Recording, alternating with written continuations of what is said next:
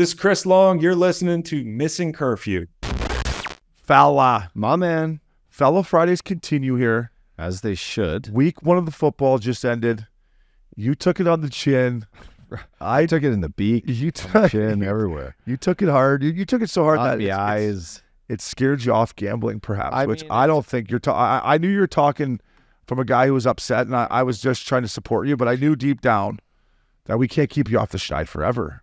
I actually did good in football. It was the tennis that got me. Was it? Yeah. Yeah. Oh, it was, Well, you took the Giants, didn't you? Oh, I did. And I Don't ever listen to Flowers on the Giants. The Bills was a bad beat. That could fall in the category of just horrendous. Allen played bad. Their D, you would have thought you would have won that Bills game. Fellow Friday bad beats is what that was. Fellow Friday bad beats. But we got our boy, Chris Long, 2-time Super Bowl champion, Walter Payton Man of the Year in 2018, and most importantly now, Updog, the host of the Green Light podcast that me and you are both fans of. So Longer, we've been at Bonnaroo. Yeah, I was going to say, more importantly, huge music fan, a guy you want to see a concert with, a guy that enjoys life to the fullest. And for those of you who follow him, I'm sure a lot of our listeners do. Yeah, if you're a football fan, listen to Longer, man. He knows what's up. He was a defensive end. Listen to this. I thought he's got you beat. First rounder, second overall to the St. Louis Rams. He had me beat when he was born in Santa Monica, California. Yeah, and he went to Virginia. But didn't even get to it. Guy last couple of weeks ago, I thought he saw some UFOs in the sky. Yeah. Hey, the guy, he's an outdoorsman. I bet you that freaked him right the fuck out. I would freak anybody out. So it's a pleasure to have him on our podcast, Missin Curfew again. We're going to dive into some bets, dive into some football weekend too. We hope you listeners like it, and you're going to hear some good little maybe under or he's insight for the boys. We talked about this before. If he was a gambler like ourselves, and we found out in this podcast that he is. So, Chris Long coming at you, second overall pick, 2-time Super Bowl champ, Walter Payton Man of the Year. That's maybe the most impressive thing. Beauty. Here he is, Longer. Fella. Welcome back to Missin Curfew. Updog, friend of the pod, 2-time Super Bowl champ, Bonnaroo legend. I think I said it last year when he came on. I'll never forget the fucking overalls and the jacked arm. He's coming out to the far. Chris Longer. Buddy, it's great to see you. The boys are always fired up to have you on, so thanks, buddy. It's really good to see you guys. And that was a 6 a.m.er, if you remember. That was like, we saw the sun come up that night. Oh, yeah. That next day. We did. Oh, yeah, we did. Your wife always had to come down and get you on our bus at about whatever time. Yeah, she's like, don't be over there with those hockey boys. I don't know what they're doing. Let your other friends hang out with them. I know, and then God forbid I had to sign in St. Louis shortly thereafter. She's probably oh no. No, she loves you guys. Yeah, she loves you guys. I met you for Halloween that night. That was my first month I was in town. Oh, yeah. Remember I had the full Batman costume on right at a Wheelhouse. Was I hurt or were you hurt? I feel like I was in a boot or something. You were in the boot. Yeah. That's why I was protecting you, as much as I could. I was like, hey, my dog. Guy's got a foot boot on here. It's a good bar. I love your studio. I love your setup. I love everything you do with Green Light. Is that a stuffed raccoon behind you, bro? Is that what you got there? What do you got there? He prefers taxidermy. He doesn't like the term stuffed. Okay. But yeah, that was a gal we used to call Nancy, but not anymore. We changed that name. I don't know if we changed the name to anything new, but yeah, it's a stuffed raccoon. I got the Super Bowl trophies there that I stole from my dad because he made replicas, like thinking these are my Super Bowls. Like he made replicas for his office, and I went at night one time, just scooped those up. Got a gas station Buddha back here, a bunch of bumper stickers. Thanks, Howie. Hey, so when you would, I use the word Nancy for like, I used to have a neighbor. Her name wasn't Nancy, but I called her a Nancy. I'm like, this girl's a real fucking Nancy. Just like, okay, we gotta stop though, because the director of my foundation, who is tremendous, Nancy Hopkins, came on a year after the raccoon was named, and she was like, you got to rename the raccoon. I was like, no problem. I thought you were going to be a tougher negotiator. It's really good to have you. You're going to change the whole thing for us. So, and she has. Okay. Well, that's good because my sister-in-law Nancy's looking after my kids this weekend while I'm in Costa Rica. So yeah, I knew we got to keep Nancy's on. You know what? I screwed it up. I screwed up anyways because I think it was Karen. I would say she's a real Karen. She's a real Karen. I think I would say Longer. So how do you miss that? There's been a whole Karen thing the last 4 years or something, dude. I don't know, man. The years are starting to roll together, fella. I hear you, bro. I hear you, bro. Hey, so longer. I had to pull this out for you, brother. This was my last year's Halloween costume that never came in time for Halloween. So I've had it in my closet. I got longer on. So I got the Varsity Blues Billy Bob tarp on. I want to start right here with you. What's your favorite or best football movie? I know we talked about Varsity Blues holding up, but what would be your go-to? I got them up here on my iPad, but what would be your go-to? Run me through a couple. All right. Well, I would say, obviously Remember the Titans is unbelievable. I don't like Remember the Titans. Okay. Varsity Blues, we said. Updog brought up The Replacements.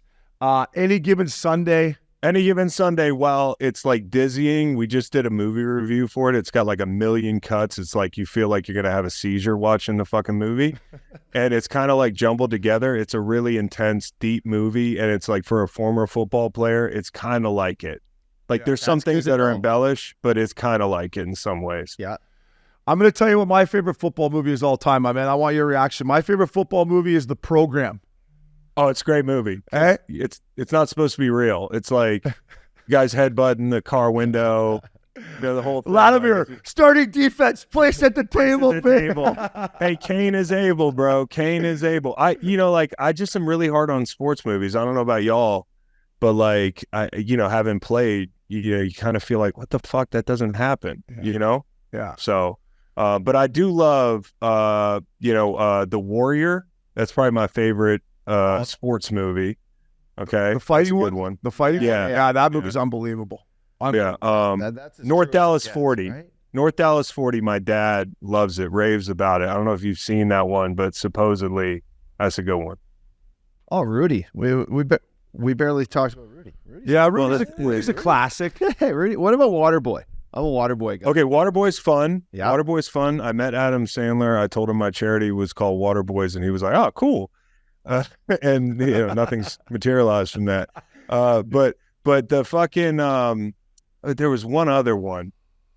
There was Rudy. Yeah, you said Rudy. The problem with Rudy is Rudy's nothing like the guy in the movie. Supposedly Rudy is like just respectfully a train wreck. Like he just loves to party. And like he's still in South Bend, and my co-host says when he goes there to like watch Virginia play Notre Dame, you can find him at the same bar, just making a couple grand, shaking hands, drinking beers, getting shit house. So yeah, they didn't put that in the movie. He's like John Daly with Hooters, right? You can still see John Daly at any Hooters. Hey, Big JD, come on, yeah. Hooters got some good food. I'll be the first to say. Got some good chicken wings. I agree with you on that one. Hey, longer. When you talk about Adam Sandler, The Longest Yard was a sneaky good movie too. I know it's a remake, but that was a sneaky good movie.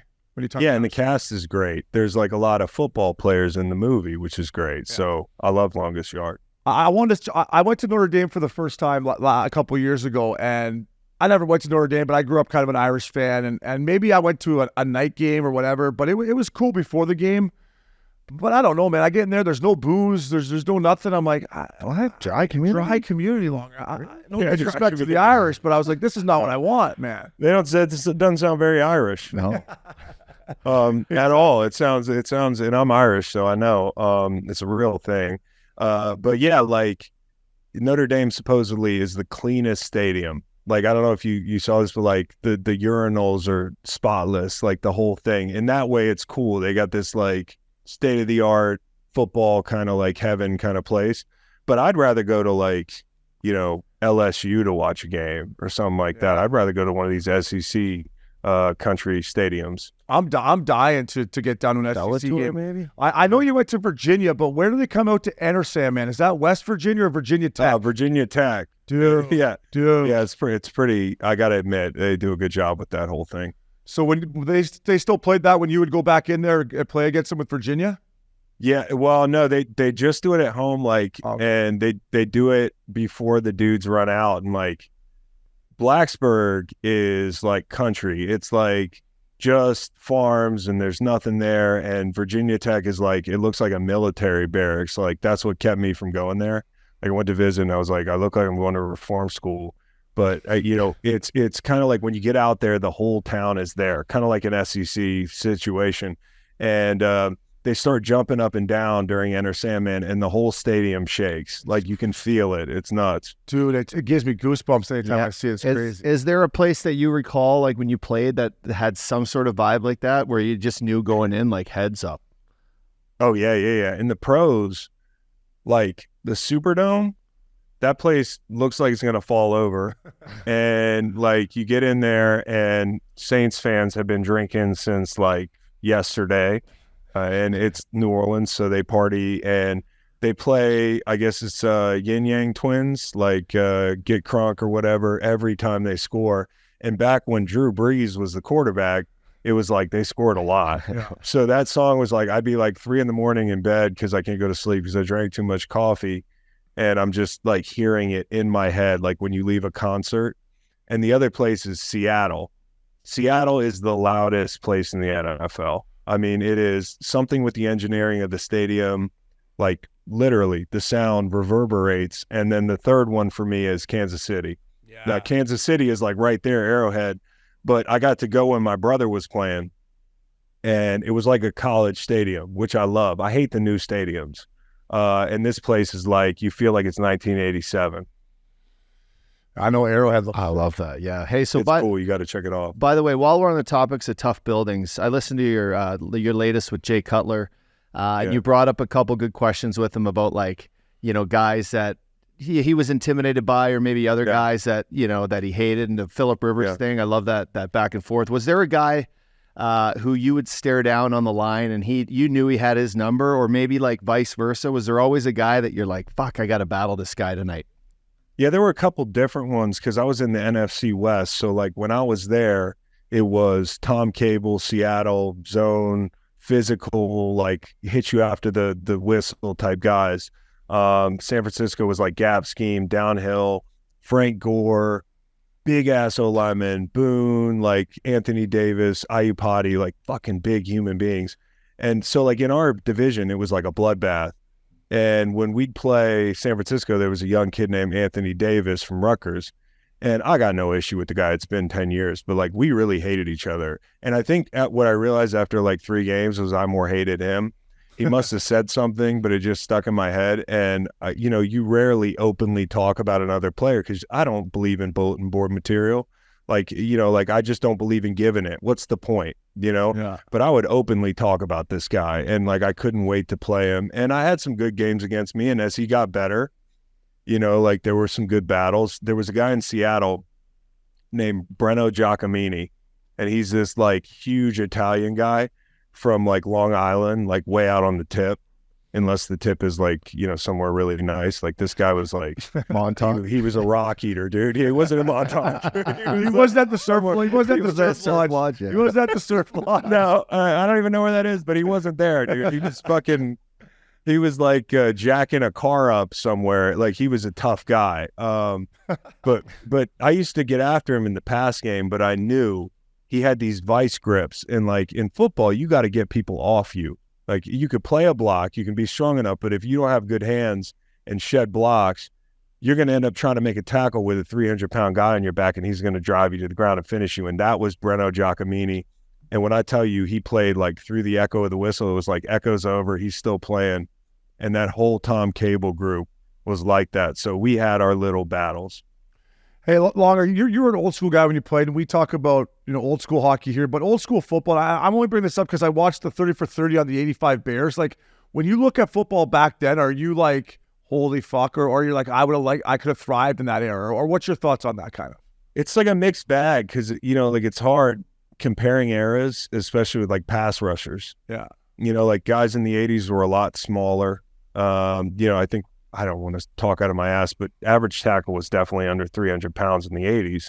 The handwork was different. So like from a pass rush standpoint, you're like, yeah, I could get more buckets back then for sure, but they were throwing the ball less. Camp was long. Camp was like 3 months. It was just like every day, Groundhog Day, 2-a-days, the whole thing, like live tackle. And they had more free time. So like in the plus column, guys would have jobs in the off season. Yeah, like dudes were smoking darts in the fucking locker room, which wouldn't have been the worst thing. No. But it's a give and take, it's like really hard to compare eras. And I think also like what I'm always amazed by is how these guys were able to just perform, like how did you get out of bed after, 2 weeks straight, no days off, 2-a-days? Now the collisions were not as as, powerful because the guys are smaller and not as fast. And, maybe it didn't beat your body down every day the same as it would now, but like, I can't imagine. Yeah, and you're right about the three, because I remember the big Fridge, the refrigerator, he came in as a 300-pounder, and all the defensive guys were like, this guy's fat as fuck, he's over 300 pounds, because they were all under it. Yeah, there's guys I played that were like 350. The 2 tackles for the Eagles right now, Lane Johnson, who's like 320 monster and built like a Greek god. He's one of my best buddies. Like the guy, I mean, he's built insane, dude. You could put you could set a plate on his ass. Like it would just sit there. He's just like, he's fucking huge. J-Lo. Yeah, right, bro. You're Shakira. He's stacked, bro. He's stacked. And Lane Johnson's a thick boy. And then on the other side, it's like Jordan Mailata. And Jordan Mailata is 360 pounds. He's 6'8", dude.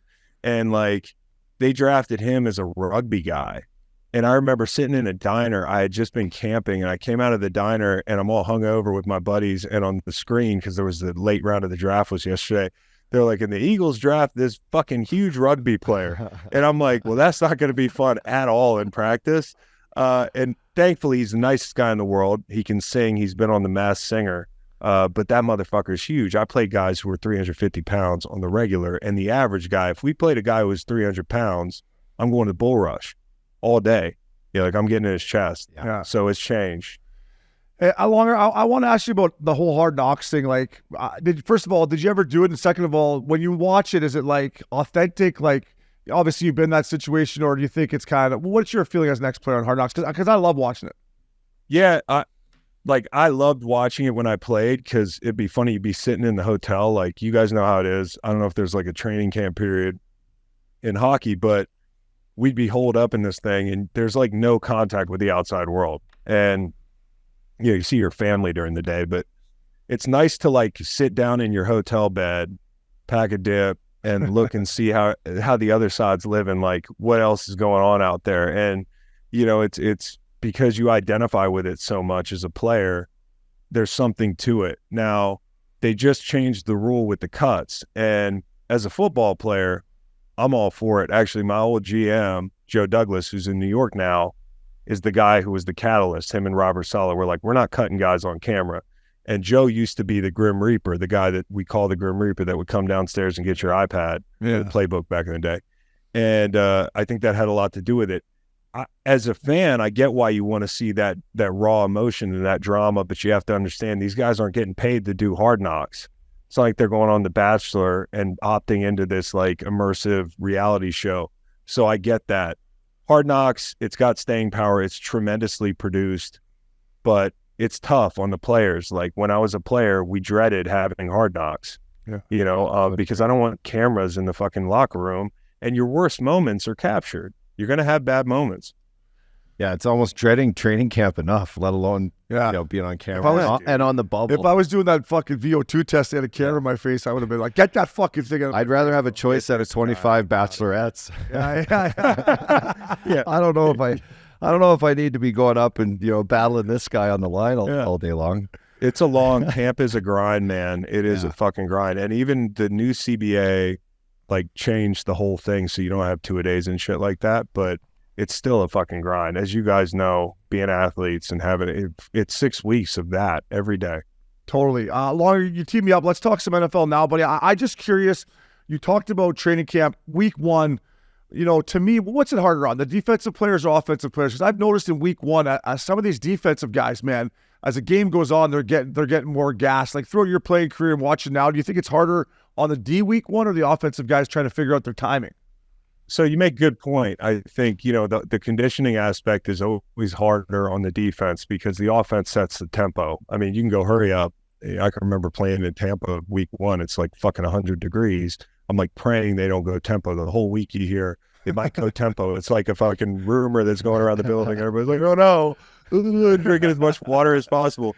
But like, I do think that when it plays out on the field, it's the defense that has the advantage, and it's reflected in, if you're a gambler, the unders. I mean, the unders hit at like an insane click the first couple weeks. And so like, I'll go in this Sunday and I'll bet like all the unders because it's probably going to be 60%, and I think the thing you have with that is quarterback turnover. There's a lot of quarterback turnover, young quarterbacks, new coaches, systems.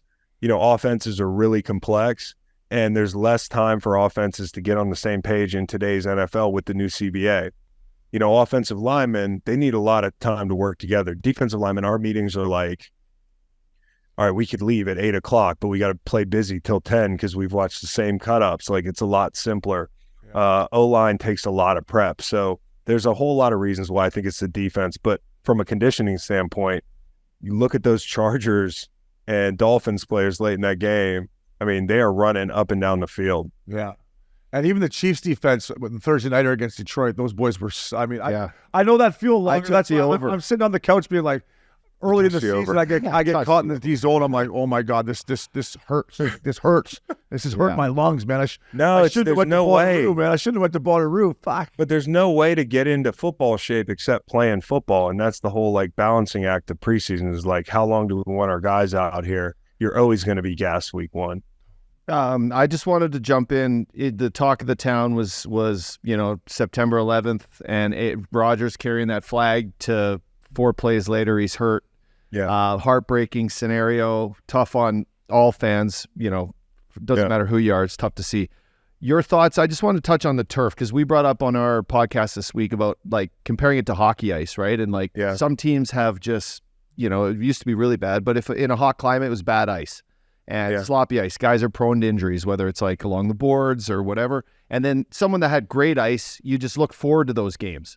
Was there a stadium that comes out to you that like everyone should have grass like this or everyone should have turf like this? Was there a place that people can, copy? And then your thoughts on just the turf. Like, do some guys like it because it's faster, or is it a real issue? It's a mixed bag. It's a mixed bag. Like going backwards, I think like, for instance, I played with Robert Quinn, who was like, his game was top of the rush, sink those cleats in, I can run fucking sideways. Like, I want that traction, and you talk to like, I'm on a show with Chad Johnson, Ocho Cinco, and he's funny as fuck, but he's like, I love turf. I've never been hurt my whole career. And then you look it up and he really hasn't.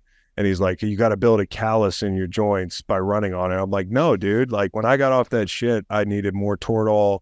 I needed more everything. And, you feel it the next week. And I think when you look at like these disingenuous, intellectually dishonest, like fucking statistics that the NFL puts out, like, oh, it's the same grass and turf. It's not, because like you're not even taking into account the cumulative effect of being on turf and playing in like Detroit on concrete. Their fields like this.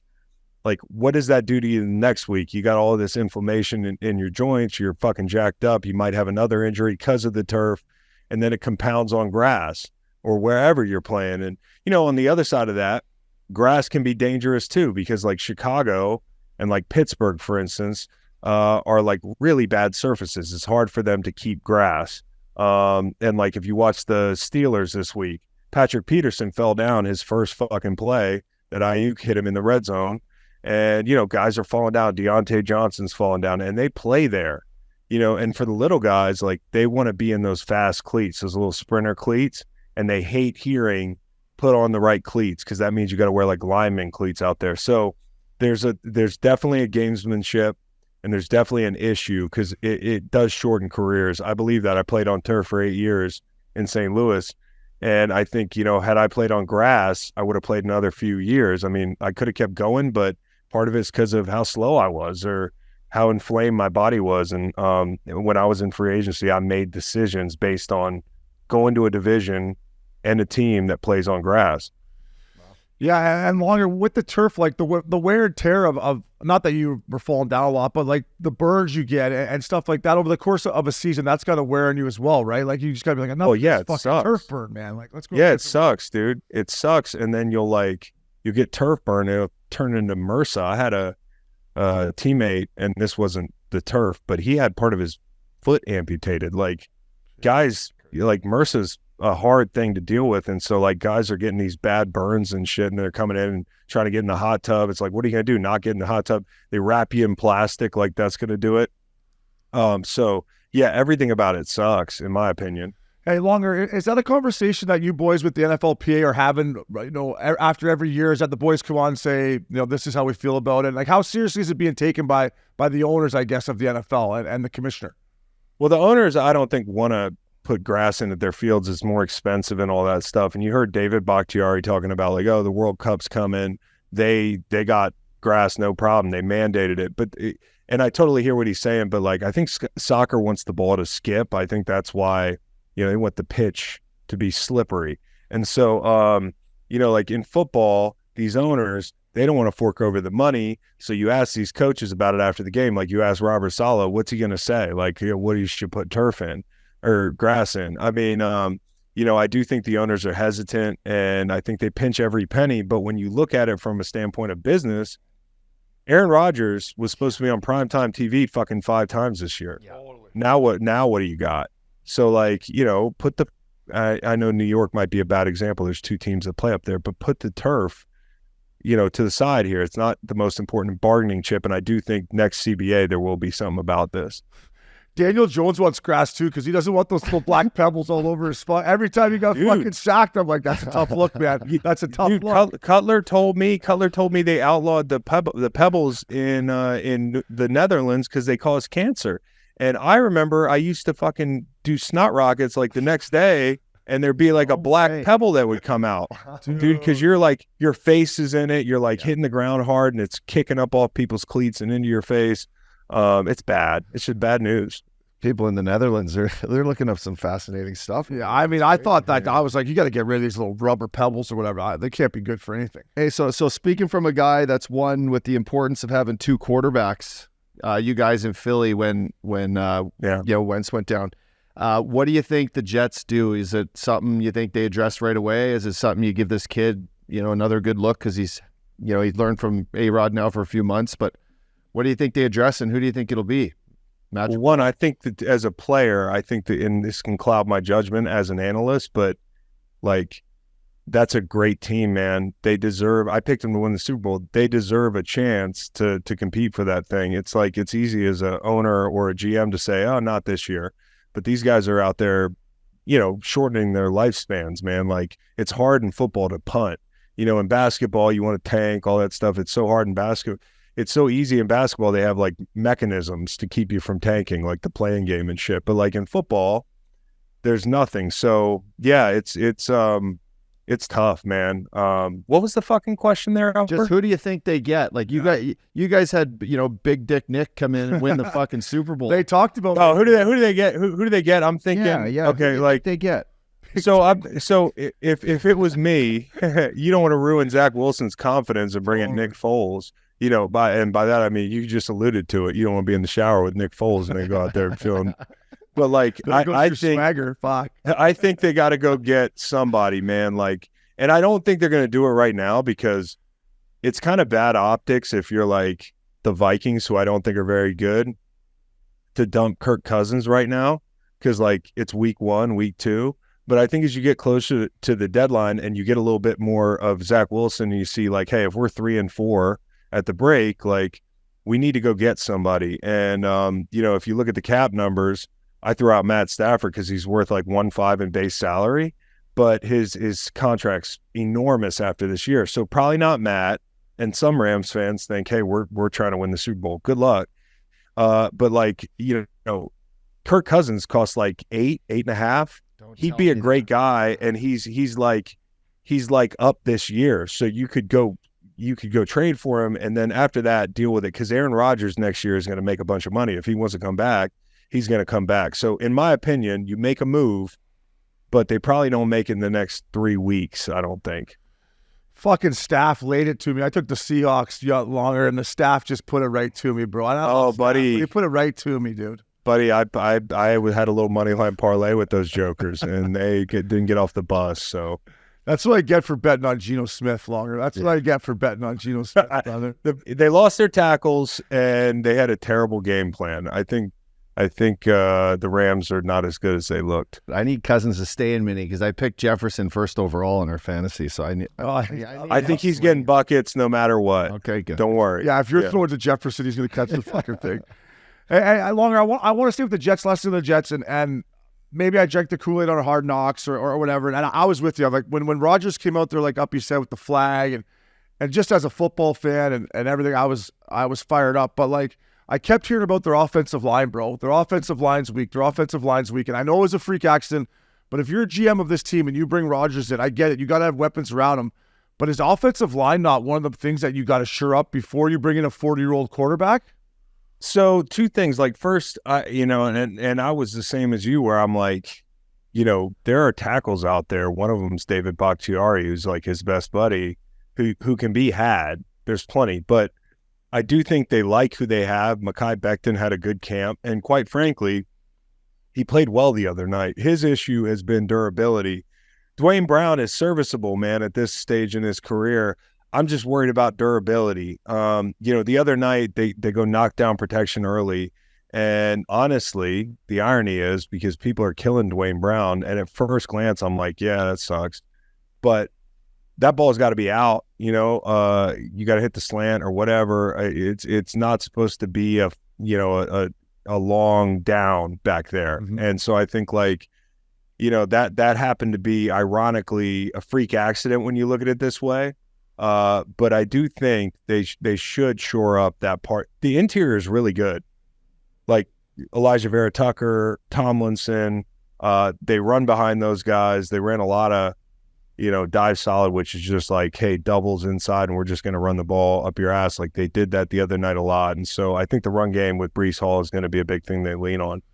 Yeah, that Hall's nasty. I got him on my fantasy team. He's nasty. Oh, he's going to do work. I offered Uppy Derrick Henry for Hall straight up, and he went, I don't want Hall. I'm like, all right, after game one. Hey, upper buddy, you might. I mean, Derrick Henry, he getting old, isn't he? Have as many snaps last week. So, trade's off the table now, Longer. That trade's no it is. No, that's off the table. That's off the table, bro. My squad's good, Longer. Okay, good. What's your team name? My teammate, Fuck Machine Hut. And then I got a picture. And then I got a picture of that Victoria's Secret game. You remember when they used to do that at the All-Stars with the big, yeah. So it's one of those girls hutting the ball back. It's a great, great logo. Yeah, that's good. So you guys went grown up. Yeah. I don't even want to ask what Shane's is. No, mine's generic, man. I took Patty Mahomes with my first overall pick, and I just went with Post Mahomes, and I got a picture. That's good. That's good. Post Mahomes. That's what I went with. Bed Bath and Bijan right here. So yeah. Hey, the Up Dog's pretty good at fantasy, Longer. I got to be honest. He's a stingy fucking GM though, bro. Like you're trying to make a fair trade with him, and he just wants to get you by that much, right? Like he wants to say, I got him. Like he doesn't. I respect it. Jerry Jones out there. Yeah, dude. I respect it. I'm not surprised. Yeah. Longer, I want to talk to you about a guy, and maybe you could talk to some of your coaches that impacts on you, but this Dan Campbell, man, if this guy was a hockey coach, I would have gotten the shooting lane for him. I love this guy. I love his energy. I mean, his quote he had about banging or making love to his wife and watching video. I'm like, this guy's unbelievable. But do you know him or not? Do you love him or what? So I love him. First off, like when he got hired, he was talking about like biting kneecaps, and people were like, oh. And then like what snuck under the radar was Urban Meyer getting hired the same year, and nobody said dick about this guy. But Dan Campbell's a bad guy because he's big and he's masculine. He's got a square jaw. Like, that's what everybody was mad about. And the guy goes out, and all he does, and they were like, the players won't relate to this stuff. Fans have no idea what players will relate to. These guys will run through a wall for this guy. I know because I got guys that I know that play for him. And, I got guys that I know that play with him. And that guy is like a fucking beast. And he coached under Sean Payton. He's a player. He understands it. And I think what I love about him is he doesn't bullshit the guys. Like, anytime I've seen him in a huddle, in a circle after training camp or whatever, like he's just honest, and you can tell he cares. He's cried over it, he's yelled over it, like he wears it on his sleeve. And I'm so happy because they've done a really good job. He's hired a lot of former players, so they have like a former player kind of staff, and the guys have done a really good job. Their run game is awesome. Nasty. They're physical, they scare you, man. And Dan Campbell's awesome, and I do know him a little bit because he came on our show. And to get him on our show, what I did, because I was watching Hard Knocks, is he had like a big log of Copenhagen. And so we shipped him like a box of Copenhagen to the facility. And like I wrote him a handwritten note. I was like, would you come on? And he came on. He's like, I appreciate you. I went through the whole box. So yeah, I know him a little bit. He's awesome. Hey, I'm going to send you, this is off topic, but I'm going to send you some Cannadips.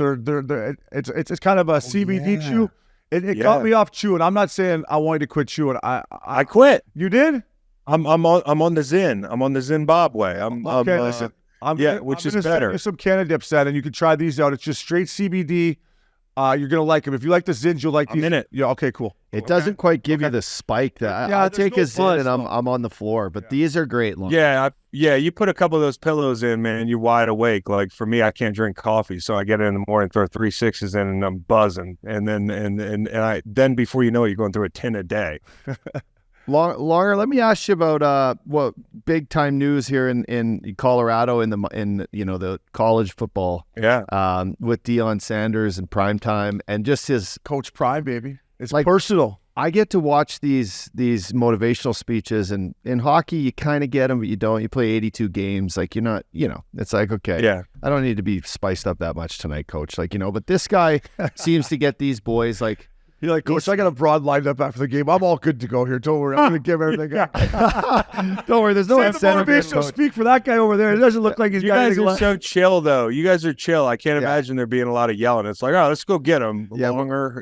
Like you guys put a ER at the end of everybody's name. Like we're in New York today. You guys today. got your swag. Yeah, we're in New York tonight. You think I need a motivational speech to get up for this one? Be going, boys. Don't worry about up talk. No, but like, have you met this guy? And if so, like, just what is it about this guy that his passion and his the way he speaks, right? Like he's a very confident guy, but now he's got these kids that he wants to bring up as men and teach them the right way, and he's kind of got this aura about him that everyone's following, and it's the talk of the town. Just your thoughts. Yeah, I love it. It's players, it's former players like taking back a place at the table in college football. Like it's a changing kind of atmosphere for guys. They're making money, the NIL thing's real, and the transfer portal is real, and you can see it. Like Clemson doesn't do it as much anymore, or doesn't do it at all with Dabo. Like he's like, I'm sticking to my guns. Well, that's fine. The landscape is totally changing, and Colorado is probably not a recruiting hotbed. Boulder's a beautiful town, but it's not like a place that people are flocking to play college football, and they weren't a great program. So when Deion got hired, it's really it's like the cheat code to get to the next level. You bring in all those transfers. His son Shador is awesome. Travis Hunter, and I love the element of like, hey, we don't give a fuck what you think. We're gonna say what's on our minds. Like Shador Sanders is like, I'm not afraid of big time college football because I don't look at the name on the jersey, and people are like, ooh. He needs humble pie. I'm like, he's a fucking competitor. He doesn't like Matt Rule disrespecting his dad. People are like, lock it up. Nah, it's like this kid's a fucking grown man. I mean, these guys are getting paid. This professional football on a level.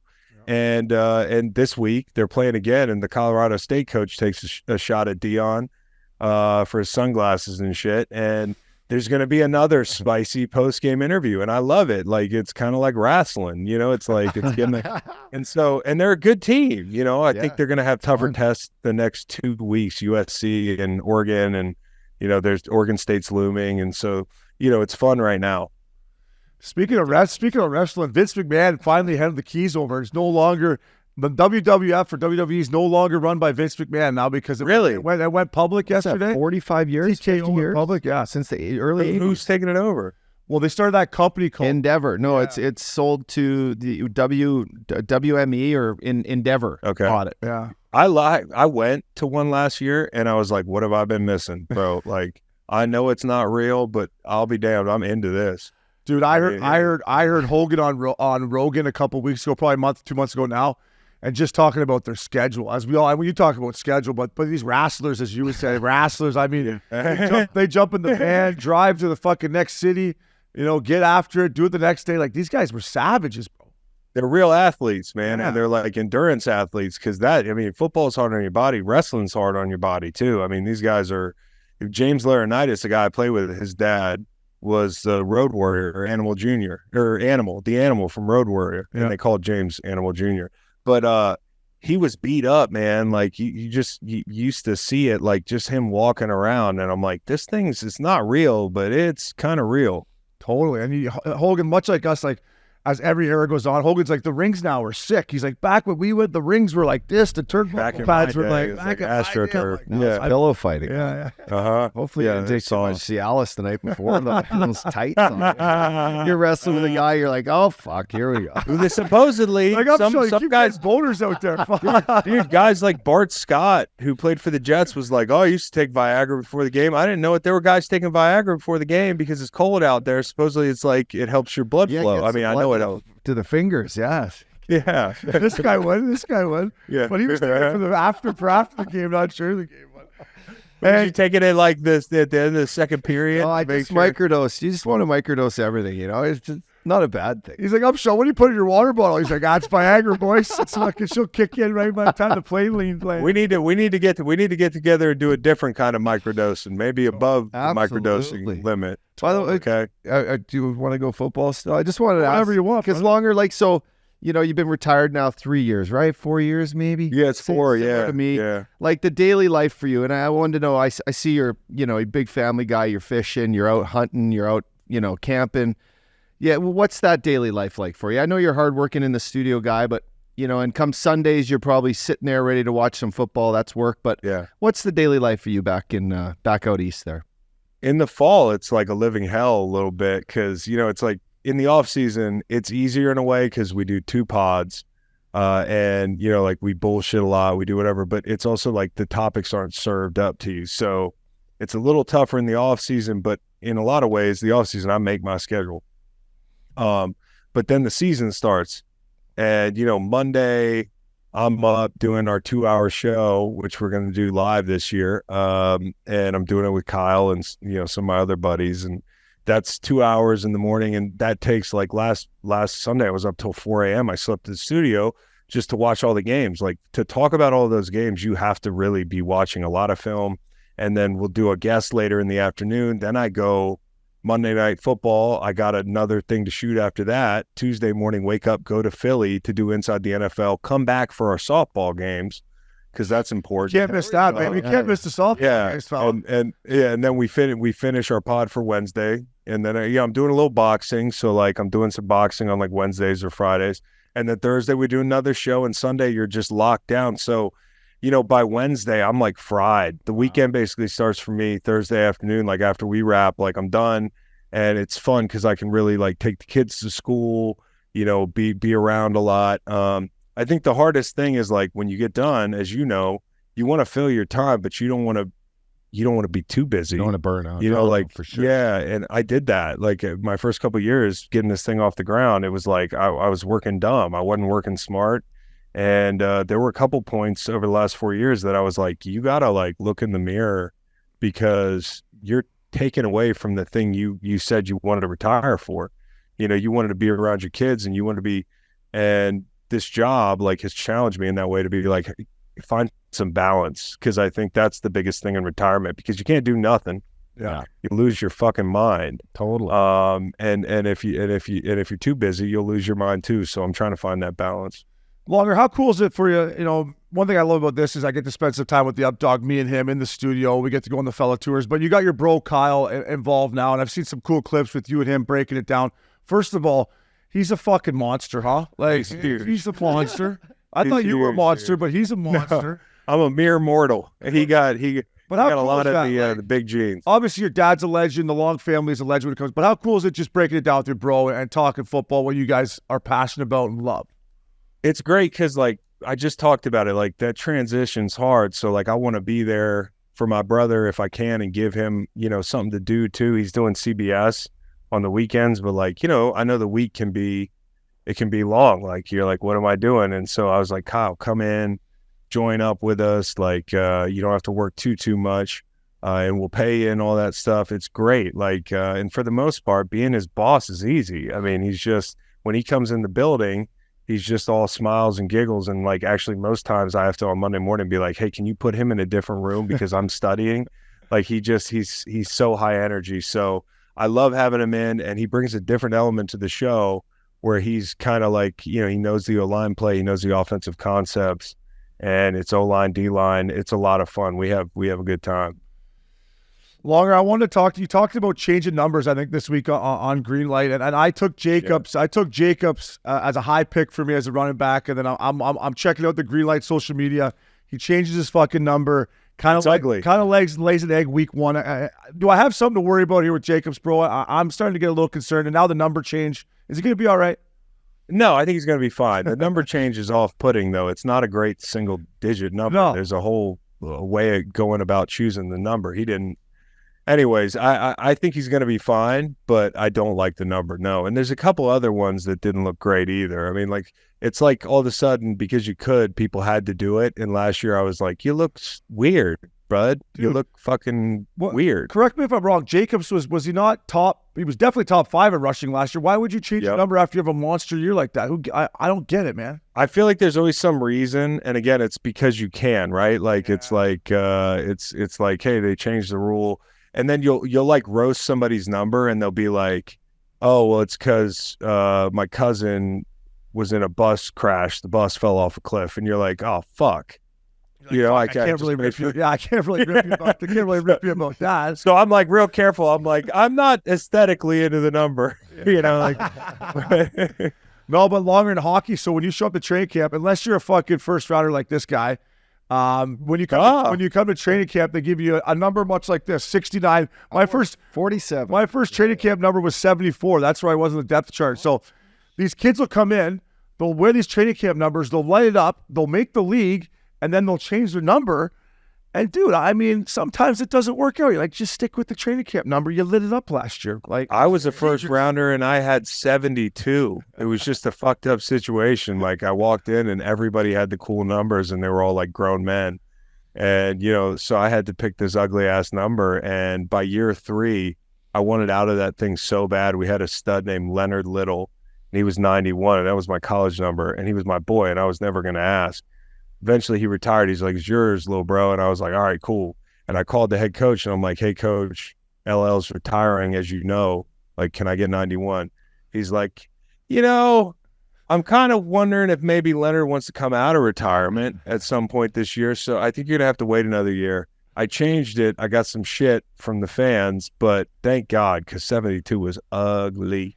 Dude, I got you here in the 72. I like you in the 95 and the Pats jersey. The tatters, your tatters match the uniform too, and you got the fucking flow going. Yeah, I mean, I like you in the I had the mullet, buddy. I like you in the 95. I had that Joe Dirt mullet. There was like a meme on the internet that was like, it was me my first year, and I had this like fucked up 2007 haircut, and like I had been inside all day, and it was like dead of winter, and I looked like Powder from the movie Powder. I looked like really bad, and I'm just cheesing. I'm like, my teeth are all fucked up, and then they got my picture in New England, and it looks like I climbed off a John boat in Louisiana, and my face is all weathered, and people are like, Chris Long has seen some shit, and it absolutely turned out to be true, man. But I loved having the mullet. I love having the flow out of the back of the helmet. Yeah, that's National League, as we call it. Longer, is there? I'm Bill's Mafia guy. I drafted Josh Allen 2nd overall.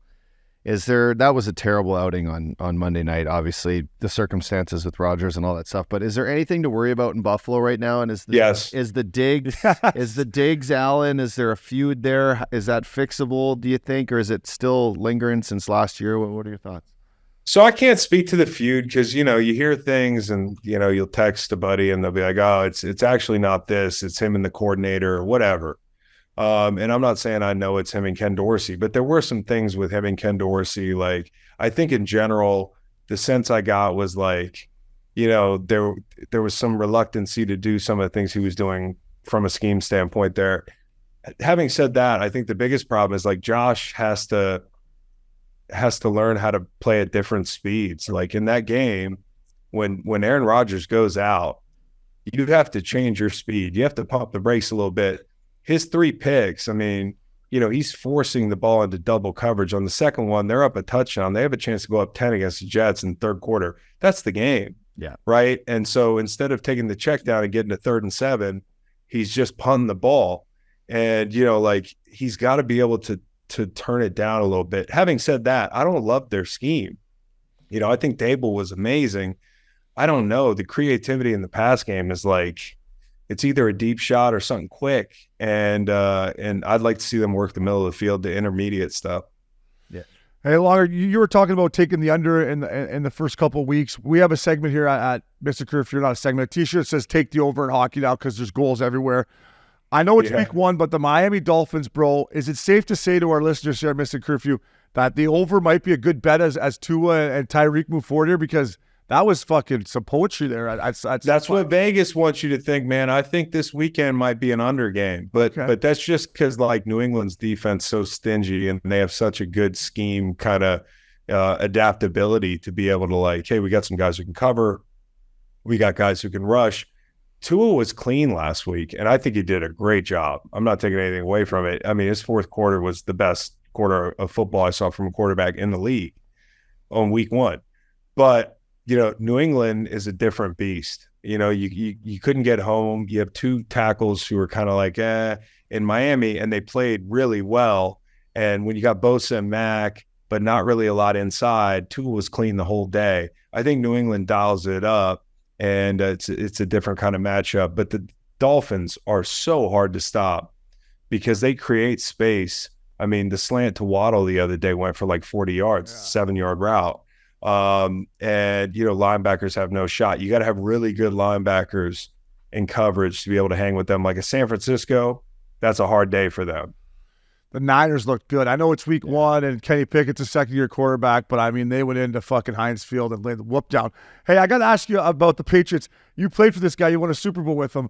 Bill Belichick being single to me is not great for a player, right? You're like, oh my God, Bill's single. He's single. I got something for you. I got something for you. Let's hear it. Okay, the last time he was newly single, they went 17-0. Wow. So I think maybe like him being single, he can really like he's already 110% football, but maybe he needs to get to 112, or he gets pissed off and he dials up, really pissed off blitzes when he's. But I think it could be a good year, man. Bachelor Bill. Well, I think as long as he's getting laid. Yeah, I know that's the thing. If I'm in the Pats dressing room, like, boys, we can't lose 2 in a row here. Bill's not getting laid anymore. We're going to come in here fucking lighting us up. But I think he's so interested in football. I don't think any of his guys can imagine him having interest, even that interest outside of. I had some coaches like that. I'm like, no way, this guy's getting laid ever. He's just going home watching film 100%. I had a coach who will go unnamed, and I've had 56 of them. But one of my coaches, and he wasn't necessarily a head coach, he was in a staff meeting, and they were like, it's 11 o'clock, coach. We should go home. And he said, I'm not going home. My wife will try to have sex with me.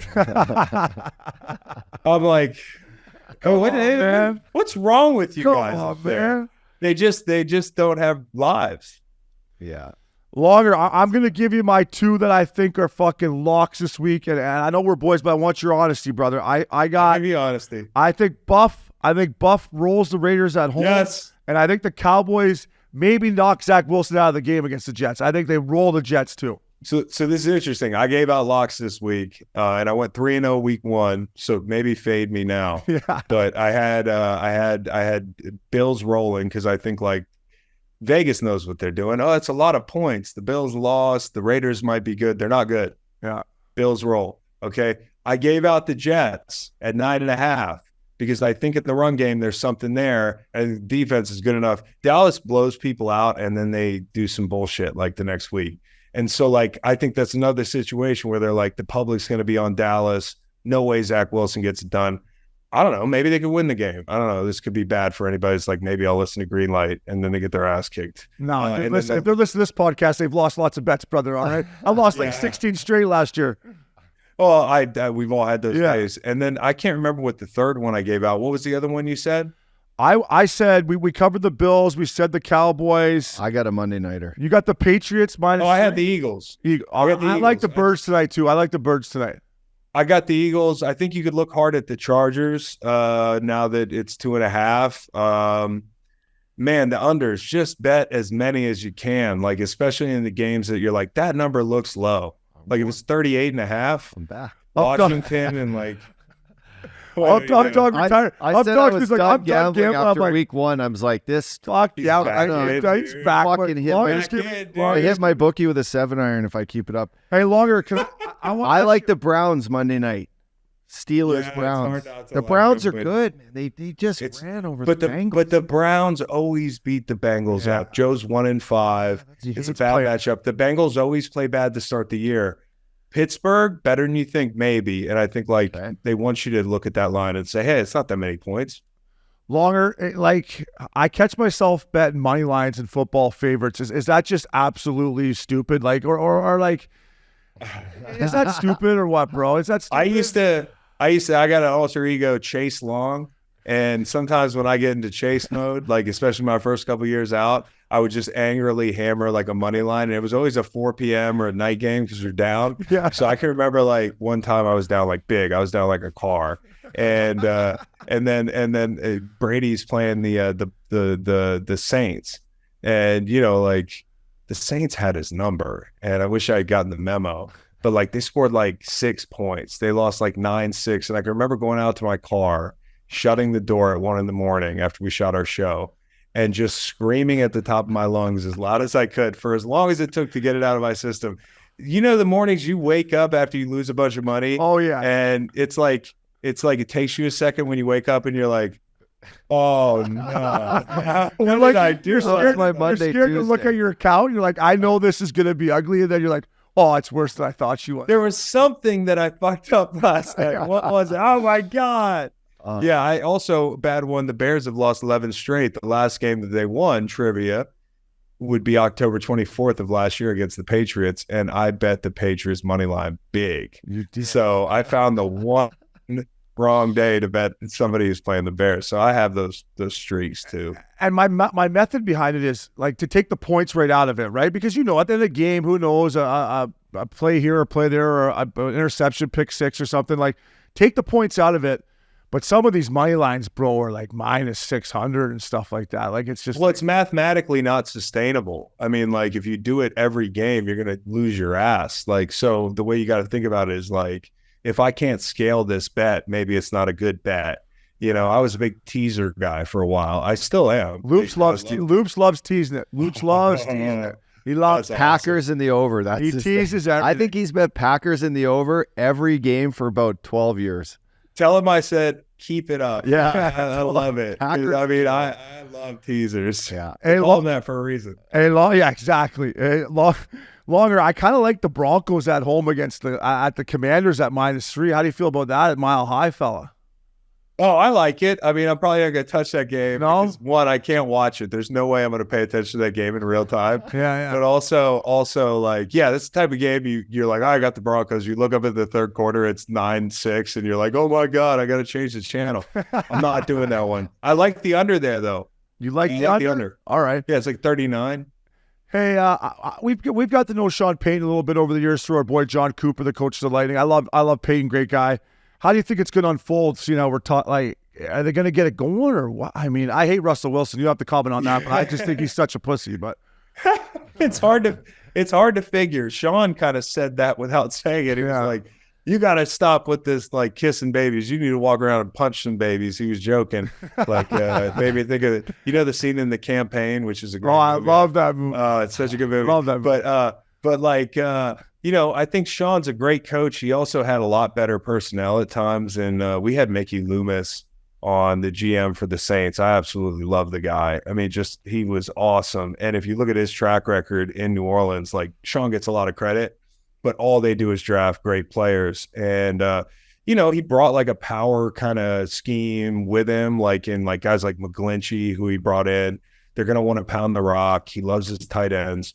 But Russ has got to buy into the system, you know, and I didn't get a chance to look as closely as I'd like to at the passing game from Sunday, but I also thought Russ did a good job in preseason of hitting the check down. Like, you know, so the process of buying in has started, and they got a good running back in Javonte Williams and a good defense, but it's a tough division, and it's going to take longer than you think, and that contract is brutal. I mean, it's a brutal contract. So taking the job, like, the only guy who would take a job like that and feel really good about it is like somebody established, like Sean Payton, because that job was kind of like, oh fuck, I'm not sure. Yeah. You know when I knew that Russell Wilson was soft? I was at McKenna, which is a discovery project in Maui, and he's there in the gym, And he's got 2 big security guards with him. And I'm like, dude, what are you scared? Adam Sandler's going to come over here and take you out? You don't need a security guard. I'm like, he's just gotten so famous, you know? I mean, come on. I can't relate to being that famous. It's just hard for me to imagine, man. You know, when I got the boys at Bonnaroo, I got Lane Johnson and my personal security, but I don't need them. Yeah. You know, there's nobody coming up to me. So yeah, I can't imagine. But going with Bradford, that quarterback thing, you guys have been around Sam at Bonnaroo, and he's not like as famous as Russ, but like people fucking freak out. It's like seeing a musician, dude. It's like the same way they talk to Jim James. Yeah. Oh, I love Jimmy. By the way, we saw him 2 nights at Red Yeah, we Rocks. thought about your name came up. We were like, Longer would love the show right now. Oh, I missed it. That's why we were talking about. We got to get a show on the books for all the boys here. Dude, you would have loved it. He played Victory Dance on the encore the first night. I looked around at Red Rocks. I'm like, uppy, and it was a full. Everybody was just like, it was sick. I was just I did the Willie Nelson 90th birthday party thing at the Hollywood Bowl. And it's kind of got a little of the Red Rocks vibe, not in that it's the same, but like it's like cut into the hills. And I don't know, you guys have done Hollywood Bowl stuff. But when you go up top, like we had good seats. I just ended up going and walking up the hill and standing at the top because it's just you just taking the whole thing in. I love those 2 places, man. Yeah, they're both special spots. We were supposed to catch Jimmy at Hollywood Bowl before Red Rocks, and Hurricane Hillary. It was a great Hurricane Hillary came through, and they fucking canceled it on us. We had a party bus lined up. We were ready to rock. Well, they had to play there again because somebody told me it was one of the best shows they heard. They played there the week after Red Rocks. So they're supposed to play the week before. Hurricane came through. They played there the week after. Yeah. Longer, I got one more gambling question for you, brother, before we let you go here. I look at this line here. I look at 49ers at the Rams minus 7.5. To me, it says, the Rams at home with the points, but no, right? That's the Niners. No. Niners. No, that's Niners all day. Shanahan's like, you know, he's batting .750 against McVay. I also think you got to look at things from a perspective of like the Rams came out and looked better than they're going to look. And that defense is fucking scary. And Seattle ran like a bunch of zone, I guess, and like Stafford's going to pick that apart. So I think it's going to be hard. And I think that's another one of those lines where they want you to think, hey, home team catching more than a tut. We got to hammer that. They just won last week. Nah, it's not going to be good. See, that's how I thought. I'm like, 7.5 at home. They just won. Okay, I'll take the Rams. My dog. There we go. I'm taking Niners at the under. Billy Bob right here, baby. Yeah. So I got to bet the overs. Listen, I'm going to tell you what, Longer. The last 20 games of the NHL season, I'm going to text you. 2 teams. And you're going to fucking hammer them the last 20 games of the NHL. But I'm going to need 60 games to know which 2 teams those are. But the last 20 games of the regular season, I'm going to tell you what 2 teams to jump on. Please. Last year was the Avs and Oilers. They both went like 19 or last 20 they won or something crazy. Don't tell me the secret on air, but tell me on the text too. Okay, well, you're gonna delay some heat though. Hey, are you okay with a little minus 390 every now and then? Are you okay with that? Yeah, but I'm not a money line guy in hockey. You know, I like to. Well, you could take the puck line, but listen, you know how many times the puck line fucked me last year? You know, having to win by 2, like an empty netter. I'm like, come on, man, empty netter. You kidding? An empty. Oh, that's brutal. Brutal. I'm yelling at the TV like, shoot the fucking thing. This is the fucking you guys get fucked by empty netters. Fucking Patrick Waugh skates off, and you guys are like, no. Oh yeah, right. Yeah. Like get back in there. The puck line is. It obviously moves the odds, but it's dicey. It's dicey. Okay, I gotta learn. Yeah. Longer. Thank you, brother. We love you, brother. We love you guys, man. It's great seeing you. We got to get together. Absolutely.